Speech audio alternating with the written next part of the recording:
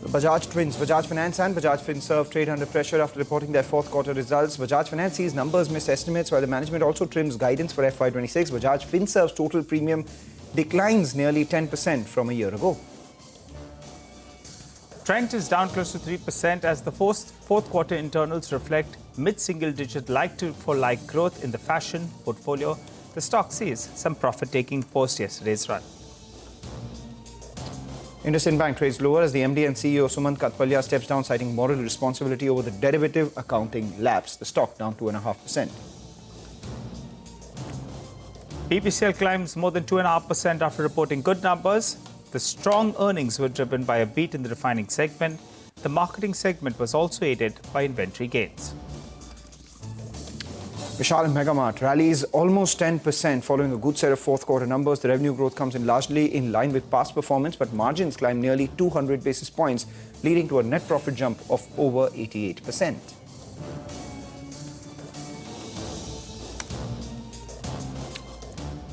Hello and welcome to Chartbusters. We are coming to you live from the CNBC-TV18 Motilal Oswal studio. I'm Nigel. With me is Manglam. And as we speak, the market's a little bit under pressure. Some profit taking is what we're seeing. The Nifty is down close to 30 points. The Nifty Bank is down close to around 250 points. From yesterday's high, the Nifty Bank has lost 900 points or thereabouts. A little bit of profit taking, Manglam, and also an eye on the border. That seems to be weighing on sentiment. We'll keep an eye out on all of that. There is expiry, so some consolidation for the frontline index as well. For the Nifty Bank, however, it's SBI, which is, under a wee bit of pressure. We'll look at SBI down about 2.5%. That's causing a big cash on the Nifty Bank in today's trading session. But remember, the kind of rally that we've seen on the Nifty Bank itself, some bit of profit taking not ruled out. By and large, the indices largely consolidating. Good time to get in Chandan Taparia of Motilal Oswal Financial Services for a quick technical check on the market. Chandan, first up, a happy Akshaya Tritiya to you, your family, and your view on the markets. There is some consolidation right now. Do you think this is a consolidation to buy or a consolidation to perhaps book profits? Yeah, good morning. Happy Akshaya Tritiya to you and entire team at CNBC and all the audience. May this festival brings prosperity. Talking about the market, we have seen some consolidative move. Nifty got stuck in between support of 23,850 to 24,450 marks. The good part is that supports are intact, but multiple hurdles are visible from last 6-7 trading session. But on the weekly chart, the trend remains intact with buy on decline stance. So I believe till Nifty holds above 24,050 marks, buy on decline could continue to take the index towards 24,500 to 24,650 levels. Talking about Bank Nifty index, it really witnessed a decent run up in last 14-15 trading session from 49,000 to 56,000, but now has been consolidating in a range from last 7-8 trading session. Multiple supports are visible near 54,500, 54,750. However, after the recent rally, the Bank Nifty to Nifty ratio has gone to 2.25. So because of that, some consolidation could be there. But I believe 54,500 could provide a support to the banking index. All right. Hi, Chandan. Good morning. What about individual stocks? Yeah, good morning, Nigel. Thanks for having me. Talking about the stock-specific trading idea, first is buy on SDFC Life. This stock has been making higher tops, higher bottom on the weekly chart and has given a consolidation breakout by holding well above 725 zone. We have seen some built-up of long position and this sector is comparatively doing well. We have seen a better rollover activities, which also indicates some positive up move in the counter. So with support of 720, one can look for an upside target towards 765 in SDFC Life. Second trading idea, there is buy on Cipla. Selective pharma counters have seen the buying interest. Cipla is giving the consolidation breakout of last 22 weeks. It has been consolidating from last 5 days, but supports are intact at lower zone.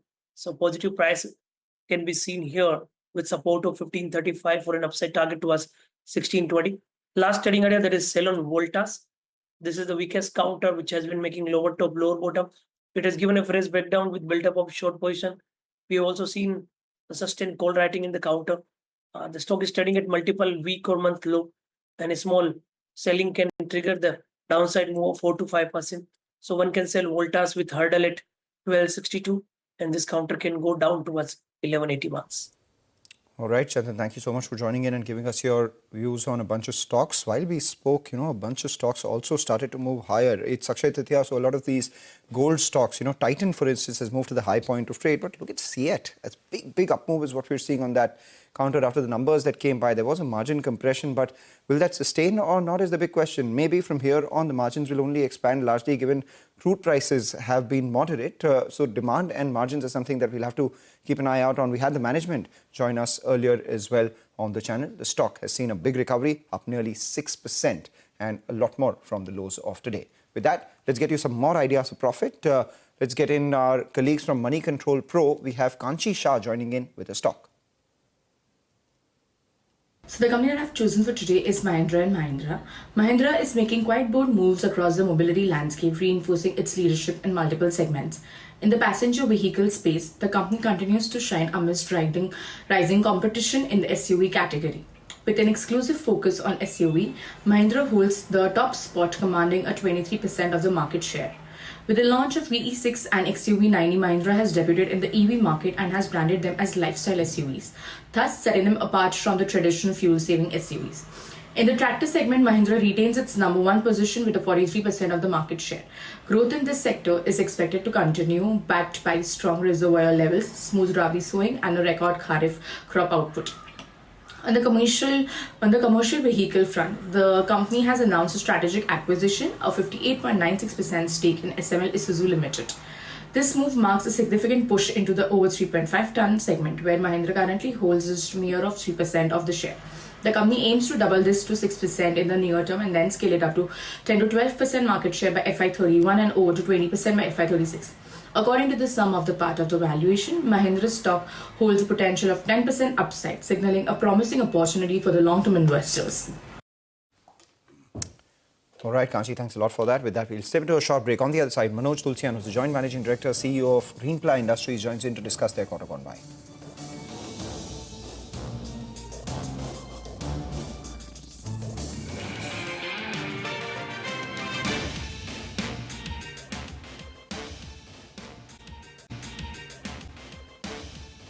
Welcome back. You're watching us here on Chartbusters. The stock on our radar is Greenply Industries. It reported a good set of numbers, 8% revenue growth. We had a decent 18% sort of EBITDA growth that came in as well. Margins improved by about 100 basis points too. The stock, while currently lower by about 2%, yesterday saw a gain of almost 4%. We do have Manoj Tulsian, who's the Joint Managing Director and CEO of Greenply Industries, joining in now. Thanks a lot, Mr. Tulsian, for joining in. Your revenue growth and EBITDA growth were led by both plywood volume and realization growth in particular in the MDF business itself. So let's talk about FY26. What kind of revenue growth do you foresee? And if you could break that up into volume growth for both plywood and MDF for this year? Hi, Mangalam. Thank you so much for having me on the show. And thank you for, congratulating us on quarter four numbers. I think this is just the beginning. And, as I mentioned in my last call also, that we see a lot of traction, going forward because of the BIS implementation in the country. And basis the same, we have also given a guidance that this year we are looking at a volume growth in plywood. Actually, revenue growth, I would say at this point in time, more than 10%. Most of it would be because of volume, because, price, I am not very sure which way it will go. And also in MDF, in double-digit growth. Last year, of course, we grew at 50% because the base was small.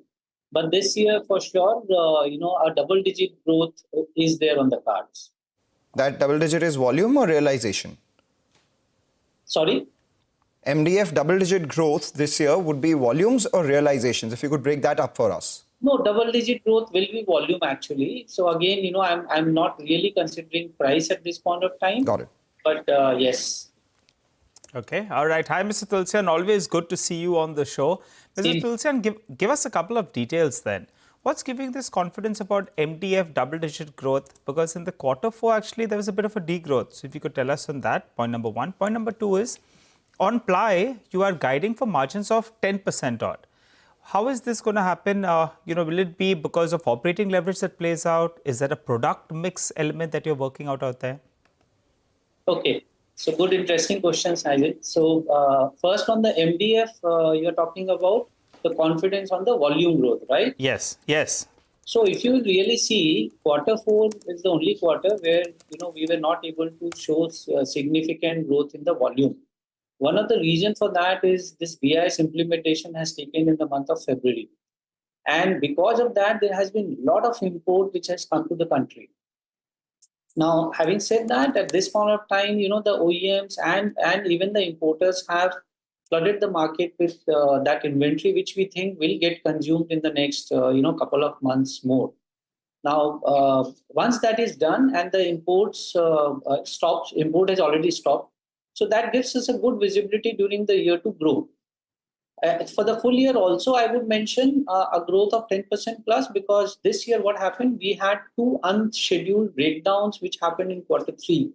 That also led to a drop in our overall volume. So which we are not anticipating any further. So keeping that in mind, and that our utilization is somewhere around 73 to 74% in MDF at this point of time. And the model of the business is such that we'll continue to ramp up on the production side. I'm sure that this year we will be able to do 10% volume growth. All right. That explains the MDF bit. And the plywood margins, if you could give us a sense on that. Margins, last quarter I said, and I was exuberating some level of confidence because we have done a lot of corrections.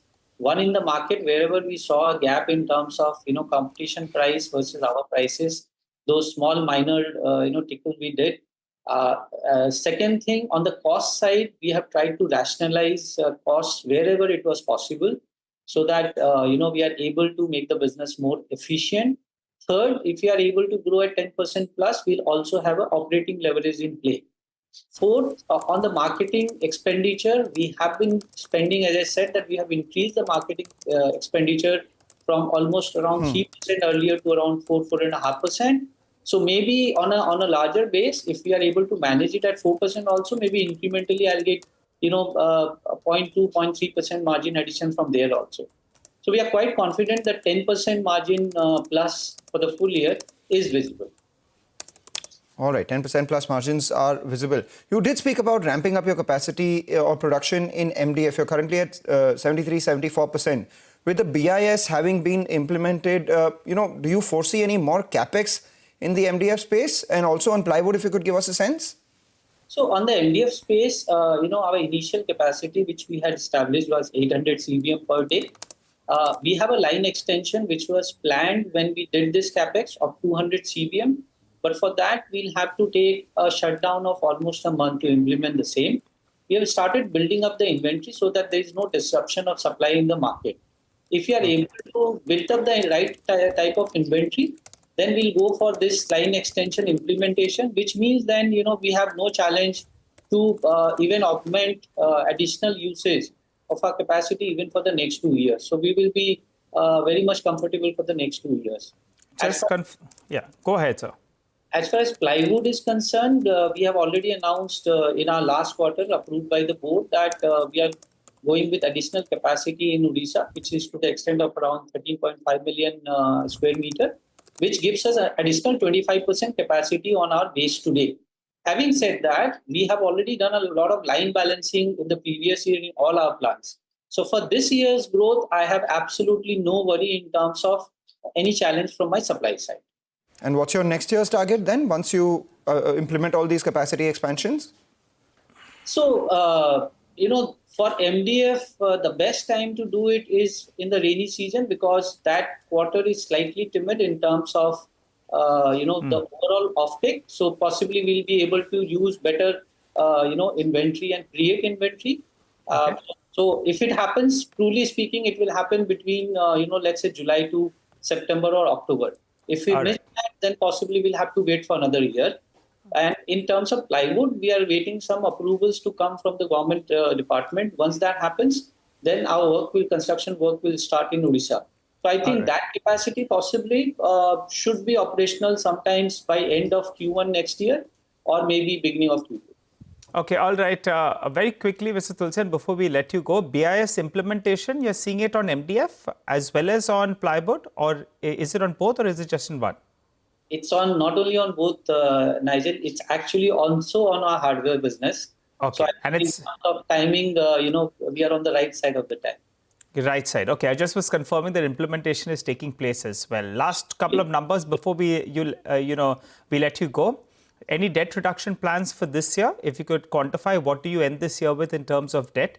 And also, the last time around, you were briefly hinting that maybe there was, some payment delays from buyers. How are you managing your working capital cycle?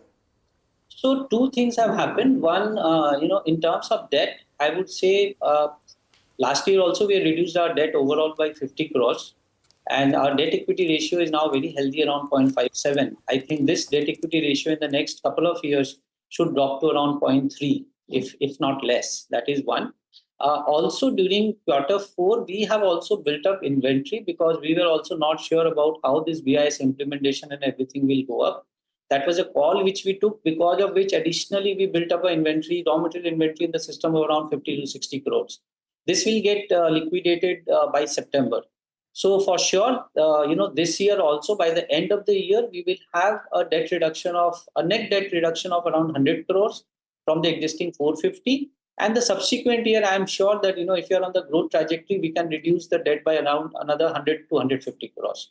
So in 2 years' time, our net debt can come to around 200 to 250 crores.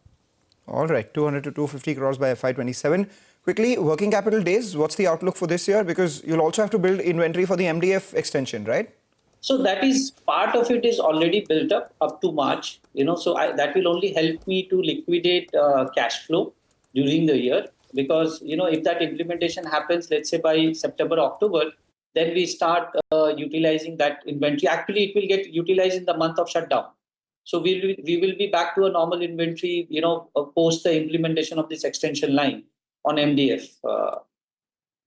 Okay. All right, Mr. You asked- Tulsian.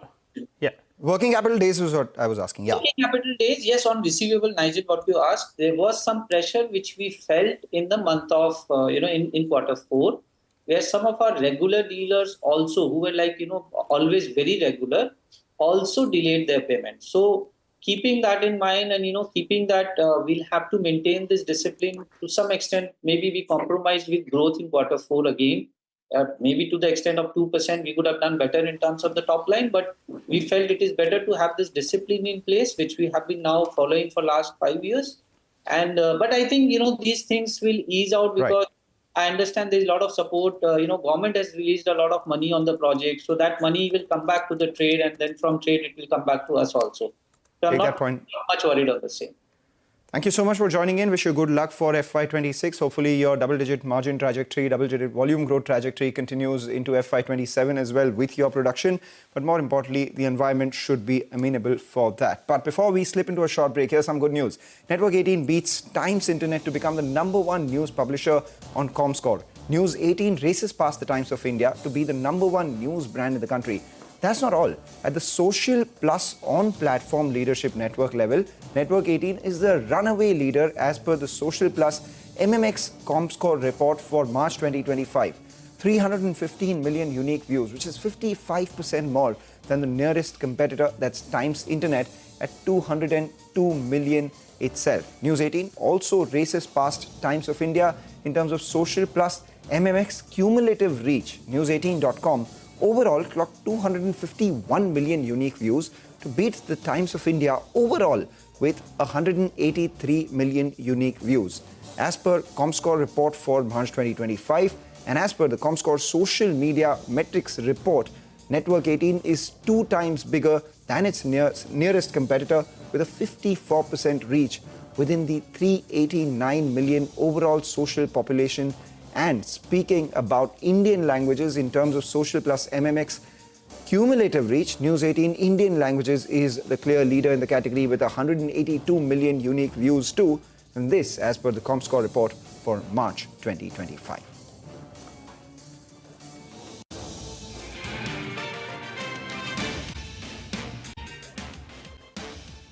Welcome back to Chartbusters. Let's focus on the Bajaj twins. Both of them are under some pressure. Abhishek joins us to dissect those numbers. Abhishek? Well, both Bajaj Finance and Bajaj Finserv reported the numbers yesterday. Bajaj Finance, the NI and PAT were a tad below our poll. However, the FY26 guidance is on the weaker side, and that's what spooked the investors in trade today. So take a look at the customer addition. It's expected to be at 14 to 16 million in FY26 versus 18.2 million that they have done in FY25. The AUM growth guidance has been lowered down to 24 to 25% from the earlier long-term range guidance of 25 to 27%. Net interest margin to remain stable as they expect the cost of funds to improve by 10 to 15 basis points in FY26.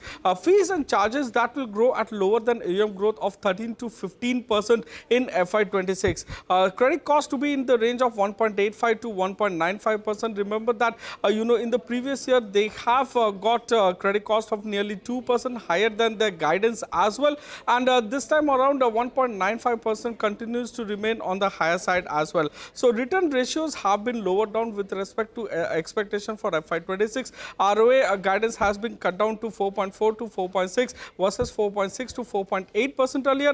ROE guidance has been cut down to 19 to 20% from the earlier guidance of 21 to 23%. With reference to Bajaj Finserv, the general insurance reported a weak show. Total premium over there was down about 9.65% YOY and 27% sequentially. In that, the gross written premium was down 13% YOY and more than 34.5% sequentially. With respect to the claim ratio in the general insurance, that saw massive improvement to 62.9% versus 70.3% on a year-on-year basis and 77.7% on a sequential basis. The PAT was down over there 4.5% on a YOY basis and about 9.25% on a sequential basis. With reference to the life insurance, that reported a good show. The income over there has increased massively on a sequential basis. However, the PAT was down both YOY and quarter-on-quarter. Back to you. Right, Abhishek, thanks a lot for that. So that's about Bajaj Finance and Bajaj Finserv, the top Nifty losers today. But Scheffler India is buzzing in trade today as well after a strong quarterly performance. Sudarshan joins in with more. Sud. So same quarter last year, 2 of their 4 segments had reported a decline. Now from there, in this quarter, all the 4 segments have seen a growth in double digit, and it's the 4th consecutive quarter of double digit year-on-year growth for the company. Now coming to the main numbers, EBITDA was up 19%, even margin has come in at more than 18%. Domestic business had seen a growth of 13%, and exports business had seen a growth of more than 23%. The one segment that forms nearly 40% of revenue, that is the bearing and industrial solutions, had seen a growth of more than 13%. Another major segment is automotive technologies that forms around 33% of revenue. That also seen a growth in the range of 15 to 16%. And considering the healthy growth that company has been reporting on a continued basis, and that's the reason you are seeing a big move in the stock and currently up around 7 to 8%. Okay, all right. Thanks a lot for that, Sud. Well, on that note, we'll wrap up on this edition of Chartbusters. You stay with us. Trading Hour comes up next.